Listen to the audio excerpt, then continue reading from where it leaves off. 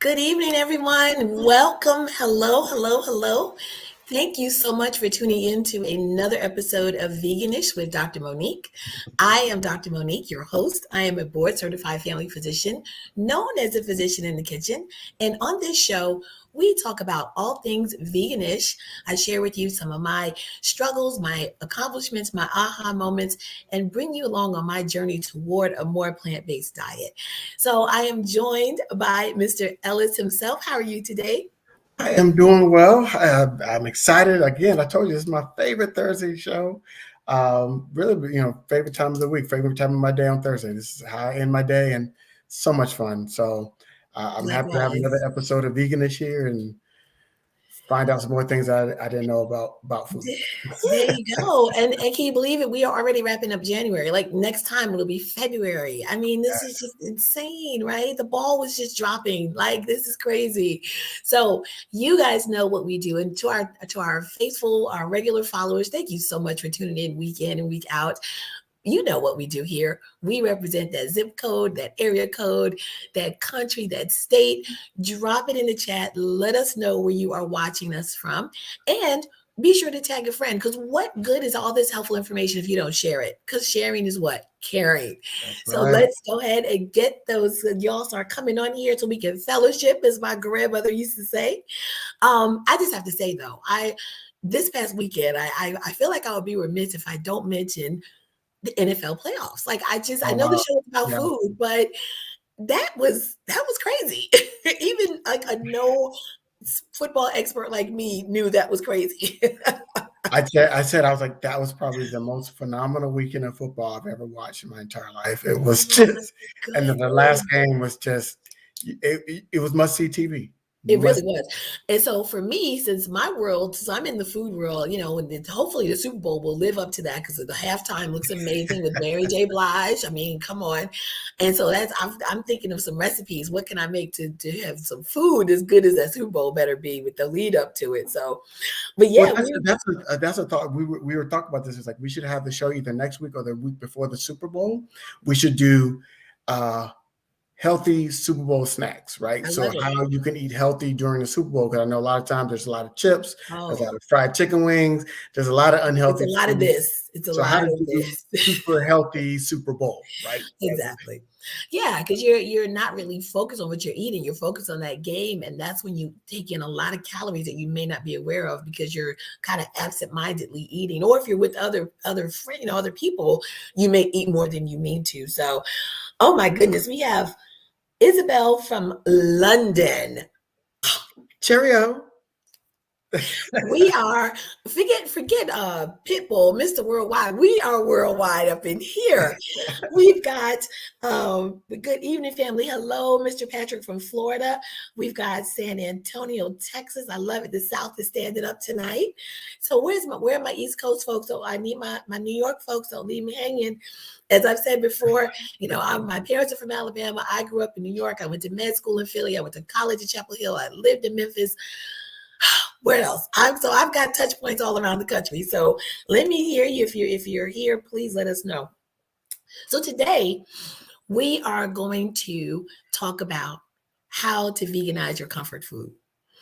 And I think this topic came to me because I think that might be, as I talk to people about how they incorporate more plant-based options into their meals, it's kind of FOMO, right? Fear of missing out, because they don't want to give up what they know. I mean, and comfort food is called comfort food for a reason. It makes us feel good, right? It either takes us back to a place either in our childhood. I know for me, my grandmother, right? I think about the food she used to make, my mother's food. So, it feels not just a nutritional need, but also an emotional need. So when people start talking about how to, tinker with that, people might be like, what you talking about, Willis? So we're going to talk about some ways today to kind of ease you into that, right? You don't have to do cold turkey. You don't have to, shot throw you in the deep end of the pool. But we're going to talk about some ways to at least get you thinking about it. So I see Judy is Memphis is in the house. Okay. Oh gosh, what was the zip code? 38075, I think. Or something like that. But all right, Memphis, good to see you. So as we are talking. I like to hear from you guys. I like to know if this information is resonating with you. So please start putting your questions in the chat if there's something in particular that you want to know. But I'm going to kind of talk at a general level. And if there are some specific questions you have, please feel free to put them in the chat. So I'm going to just start by asking, what is it that about comfort food that tends to make it not as healthy for us? Well, a lot of it is a lot of starches, a lot of sugars, um, a lot of dairy. I'm thinking about that macaroni and cheese in terms of that staple that we like as our comfort foods. They have a tendency to be heavy. Um, which and just fatty, a lot of fats, a lot of meat products that are put in there, or fat from meat products put into our comfort food. Exactly. Anything that makes it delicious. I know. Why is the stuff that tastes good bad for us? Why is that? But we're here, but that's okay, because we're here to kind of turn that on its head, turn that thinking around, and think that it can be good for us and good to us, right? So yeah, Ellis, I mean, you kind of hit. She said bacon grease. Bacon makes everything better, y'all. Like, it's just, I'm not even on front, because y'all would not believe me if I did not say that. So you would lose credibility. I would lose credibility, and I'm working hard to gain your trust. So I'm not even gonna play myself like that. But yes, bacon does make everything better, and we'll get to that. But yes, like you said, meats obviously are not going to be vegan, but the things like the butter, the fat, the salt, the sugar, the dairy, right? Those are all things that make comfort food not as good for us as it is good to us. So what I have discovered, and I tell you, I'm bringing you along on my journey toward a more plant-based diet, because I've been experimenting, right? I'm always in the kitchen, I'm experimenting. And basically for me, it kind of started with making small substitutions in things like butter and milk and eggs, right? Because those are large staples of what we do, our cakes and our macaroni and cheese and, things like that. So we're going to talk a little bit about kind of each one and how I've found ways to substitute and incorporate. And I'd love to hear what you guys have come up with as well. And in fact, if you want more information, you can go to my blog at drmoniquemay.com. Go to my blogs. I have my ABCs of my vegan foods, and then it's also in my forthcoming book, Doc Fix My Plate: The Physician in the Kitchen's Prescriptions for Your Healthy Meal Makeover. So, all right, Brooklyn is here. Oh, we can start now. Sherry's here. Sherry's here. Sherry's in the house. We can start. Brooklyn in the house. So we can start now because Sherry is here. I love it. All right. So Sherry, you haven't missed much. All we are talking about so far is why is comfort food, good to us, but not necessarily always good for us. So let's start with eggs. And when I tell you how like mind blowing this was for me when I started learning and experimenting with egg substitutes, right? Because obviously eggs are not vegan, and eggs have a good source of cholesterol. But if you have cholesterol issues, you want to watch that, right? You want to watch your intake. So there's actually a lot of things, and we've actually talked about some of them already on this show, but things like flaxseed, chia seed, right? You can actually add water to those and make what are called flags, flaxseed egg, or cheg, chia seed egg, where they take on this viscosity like an egg yolk.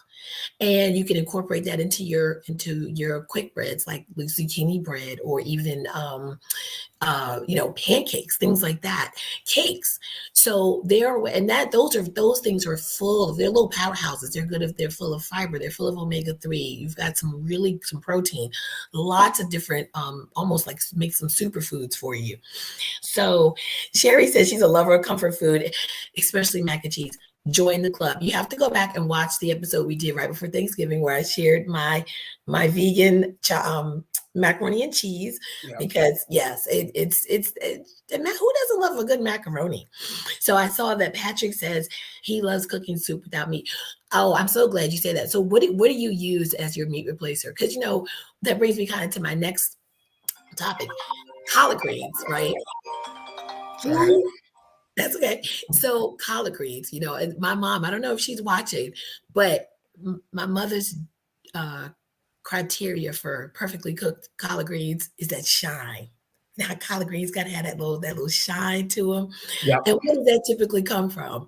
You Or that, fat or that ham hock in there. that ham hock, the fat back. Some of you might be using turkey legs. Ooh, I'm getting hungry right now. What you So, but this is how we've been conditioned to expect that in our food. But I'm here to tell you, I came across a collard green recipe that uses a little bit of olive oil and some smoked paprika and liquid smoke. I need to see the picture of that author. You and it, Send me that recipe. next time I make it, Ellis, I will send you a picture. It's got just the right amount of little glisten to it. That smoked paprika brings out that earthiness, the smoky flavor that you tend to get with the meat. So it is, once you start to just kind of experiment, to me, it's exciting to kind of see what else you can do. Milk, obviously, milk is not plant-based, but now we're actually fortunate that there are so many plant milks available, right? You got Yeah. your almond, you got your soy, you got your oat.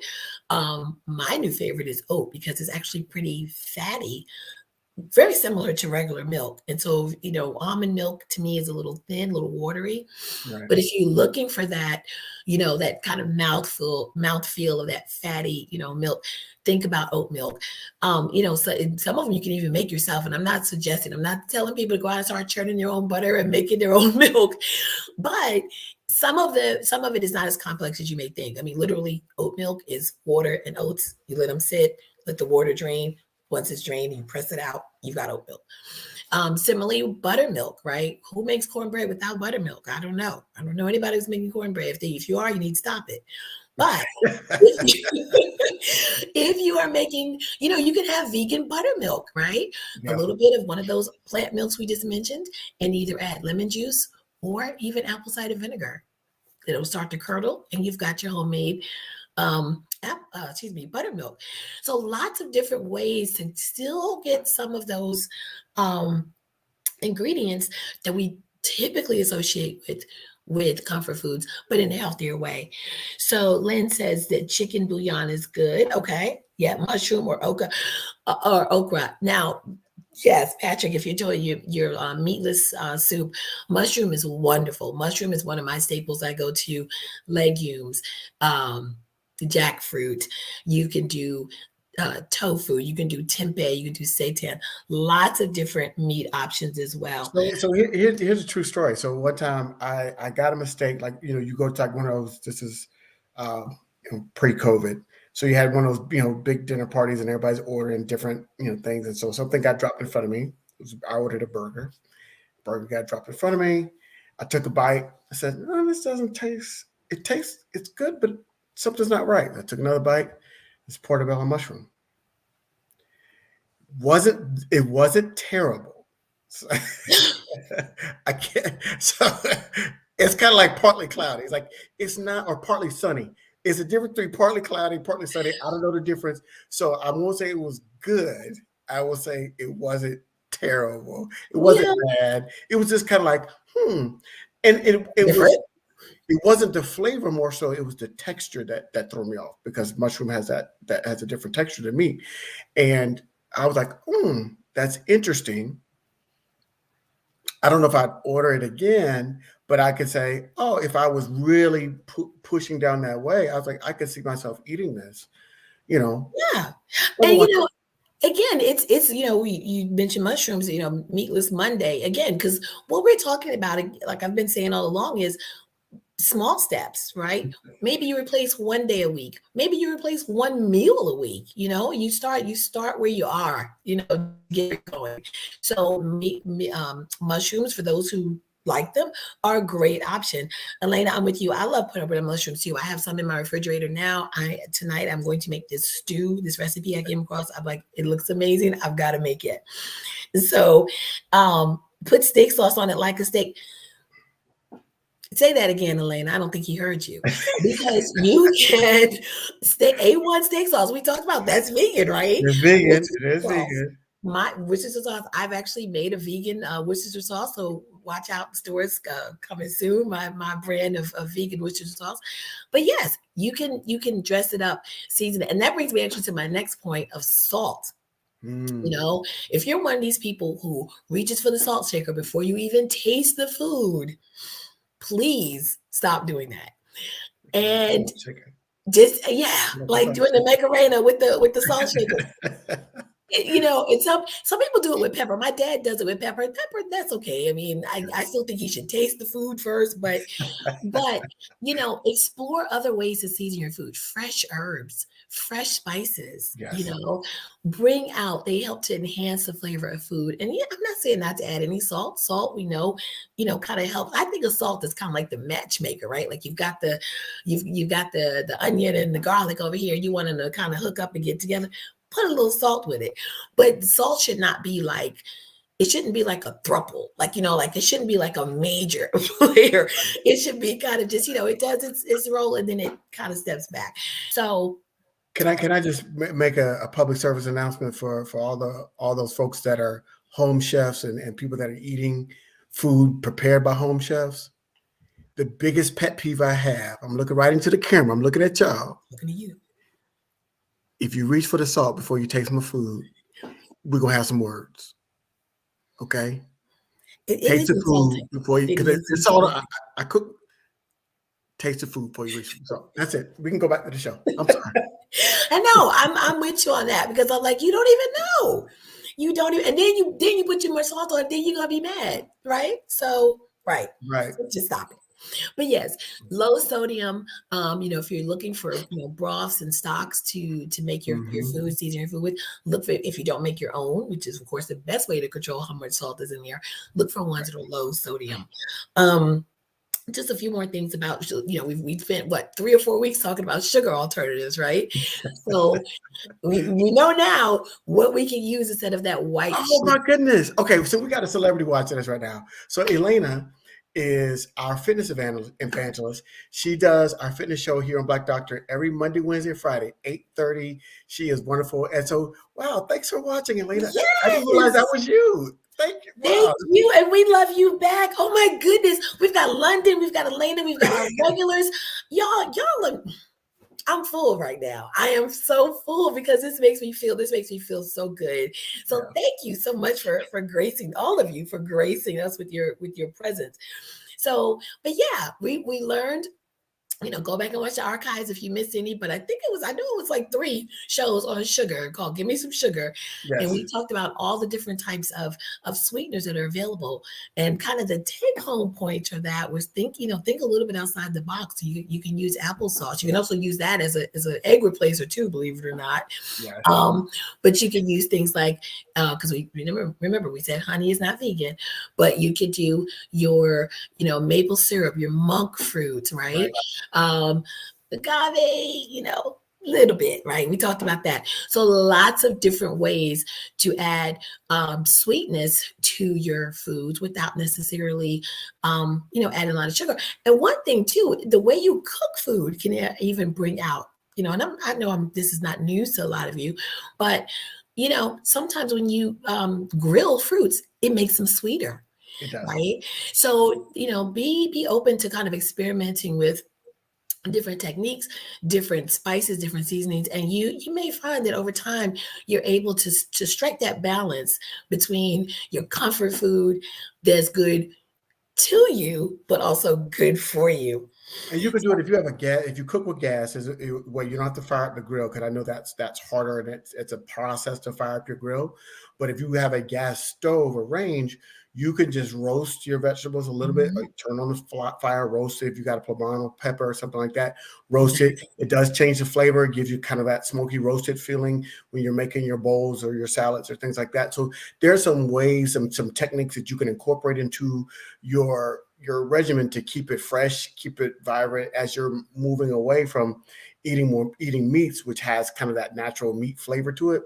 But there's ways to switch up your cooking methodology that'll keep it fresh and keep you you know. Yeah, and we're not talking about things that are, chain you to the kitchen, right? This is not, we're not saying you got to be in the kitchen all day, every day. These are things that you can just gradually incorporate, take little bits and pieces and add it to what works for you and your family.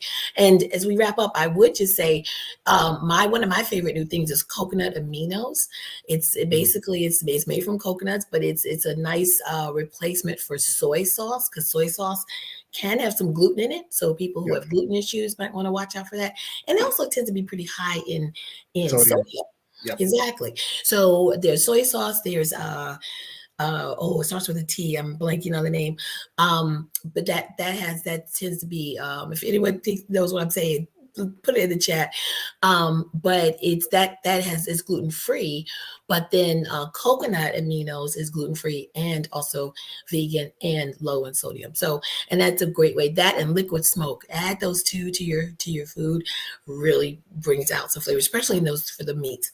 So, all right. So we've Elena says we're making her hungry. I know, right? I know.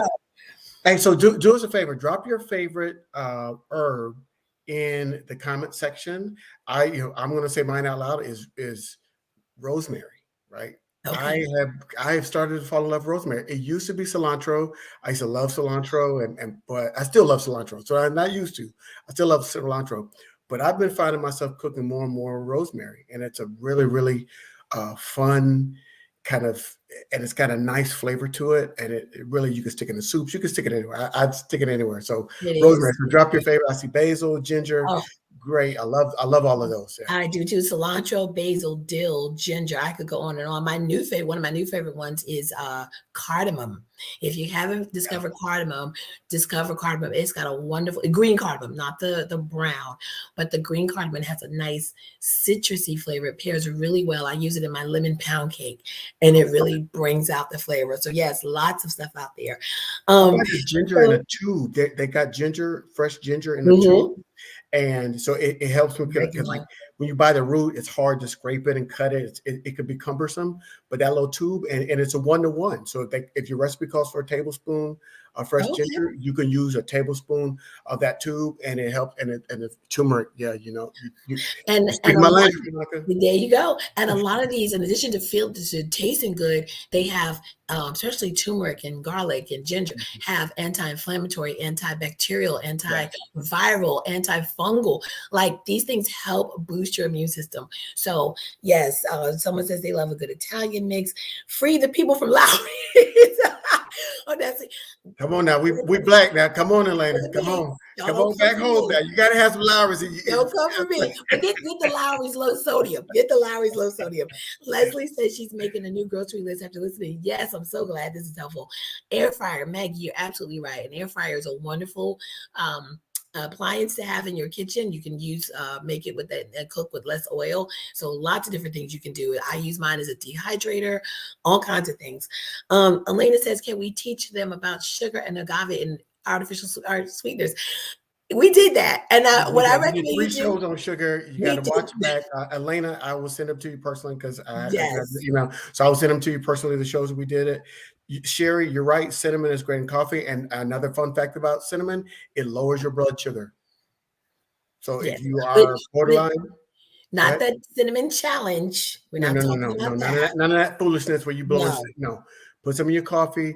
I started to use it when I do cook meats because it adds a nice earthy flavor to some meats. Not to chickens, but your red meats, like your steaks and things like that. It has a rub. As jerk.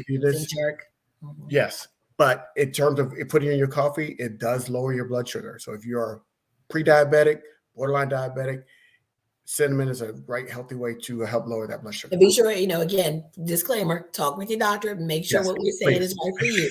But generally speaking, it's been found to lower your sugar. But yes, if you're diabetic, you're on medications, you definitely want to talk to your doctor first. So Leslie said vegan mac and cheese. That was the episode right before Thanksgiving. So whatever that date was, I'm not sure. I think it was a Tuesday. I think we did it the Tuesday. It was a Tuesday right before Thanksgiving. Yep. So guys, our time is flying by. I want to do a couple of vegan or not, because last week I kind of felt a little guilty. Not really. About the candy that we did. And so I have some kind of keeping with the sweet theme here. just real quickly. So what about those instant cake mixes? Are those vegan or not? Now, that's blasphemy to somebody like myself who makes stuff from scratch. But I used to use box cakes. And if you are using box cakes, no shade. But those box cake mixes that all you do is add, either egg and water. and so forth. So obviously, if you're adding eggs to it, it's not vegan. But I mean the cake mix itself. Oh yeah. What do you all think about the dry mix? Are those vegan or not? I ain't gonna lie. I mess with a box brownie mix. I ain't gonna lie. I'm No just shade. I'm No, just keep it real. no That box shade. brownie mix, that Dunkin' and Betty. I can mess with it. We're family here. We're all here to learn and to grow together. So hey, And that Ghirardelli one is special. I'm sorry, but I got to get off the right. I got to get off. All right, vegan or not, y'all. Need you to focus, Alice. So, my mom is on. She says it's not okay, Mama. We'll see. Y'all, I promise you, she doesn't have the cheat codes. She doesn't know. She's watching it live, just like you all. Depends on the ingredients. Box cake, water, only. Yeah, a box pancake. Will you just add the water? Yeah, that's. I mess with that too. I got 2 in my pantry right now. Shake, water, shake. It's a shake and go, baby. I'm trying to tell you. I got kids. Yeah, time savers. Hey, and there's nothing wrong with that. There's nothing. We'll do a show one day about time saving, because there's nothing wrong with that at all. So looks like folks are coming in more with no for vegan food box. I know. I think if anything we've learned on this show is not to trust this processed stuff, right? Because we don't know what they're putting in that stuff. But believe it or not, unless it's made with lard, unless it's got lard in it, it's vegan. So Duncan Hines, Betty Crocker are actually vegan, and even the frosting. Now, all those chemicals, who knows what all that stuff is, but technically they're vegan. And that just kind of underscores and goes to show that vegan and healthy are not always synonymous or not always interchangeable. So something can be vegan and not be the best for you, or it could just be a lot of chemicals in it. But so as far as, were animal products used? Technically, no. But yes, as someone Sherry said, it does depend on the ingredients. But for the most part, Betty Crocker and Duncan Hines are put out as being vegan. Oh wow! So we'll do one more, and then we'll wrap up for the week. But what about Hubba Bubba bubble gum? Hubba Bubba. That's bubble gum. So bubble gum typically has more sugar in it, especially something like that where it's got a lot of artificial sweeteners. But that doesn't make that can still be vegan. A lot of those artificial sweeteners, other than honey, were vegan. It's probably a lot of chemicals. I'm gonna go with vegan. I'm gonna go with vegan. Okay. Vegan and healthy are not always. That's right, Sherry. That's right. That is right. So what do you guys think? Because we talked about last week, we mentioned what was it, Trident, because it's got the gelatin. It's not. You said Trident. I think it was Trident, Eclipse, and Juicy Fruit. Juicy Fruit was actually vegan. Vegan. Okay, that's right. Juicy Fruit was vegan. Yep. Okay, gum usually. Raymond says gum usually has animal gelatin.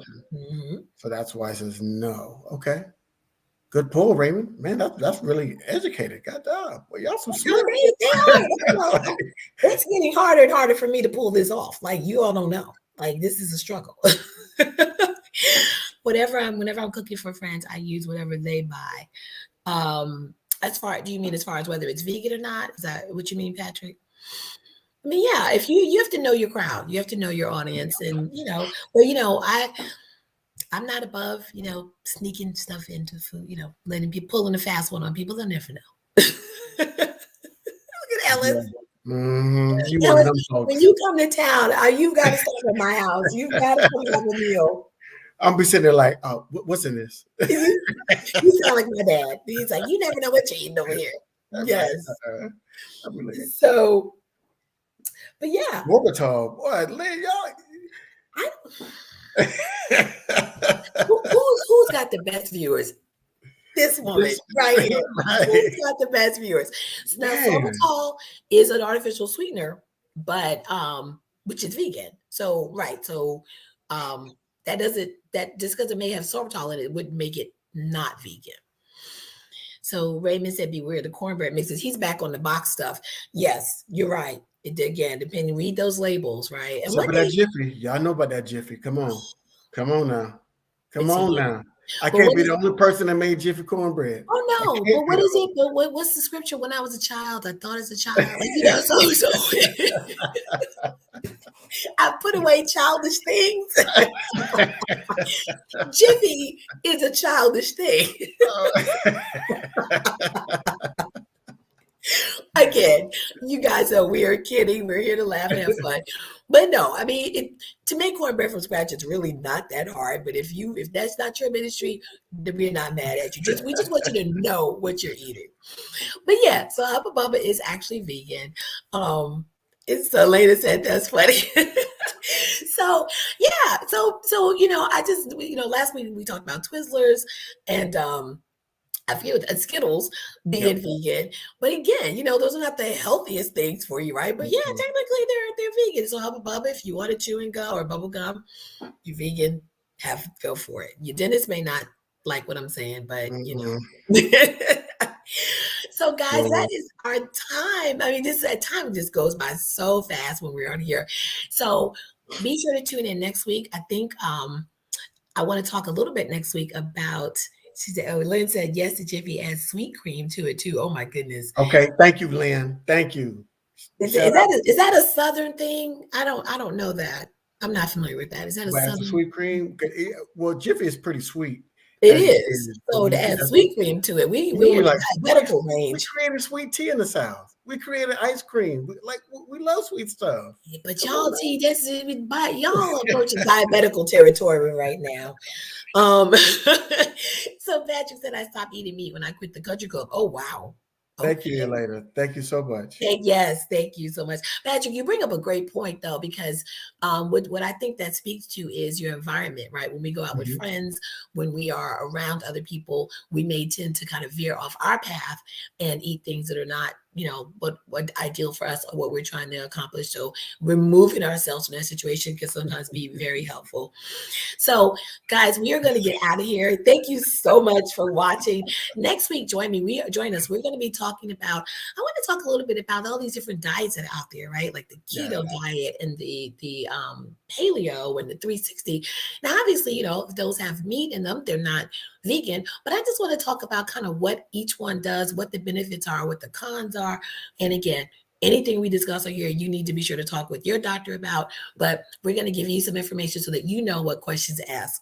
So until next time, please be sure to follow me on at Physician in the Kitchen on all social media.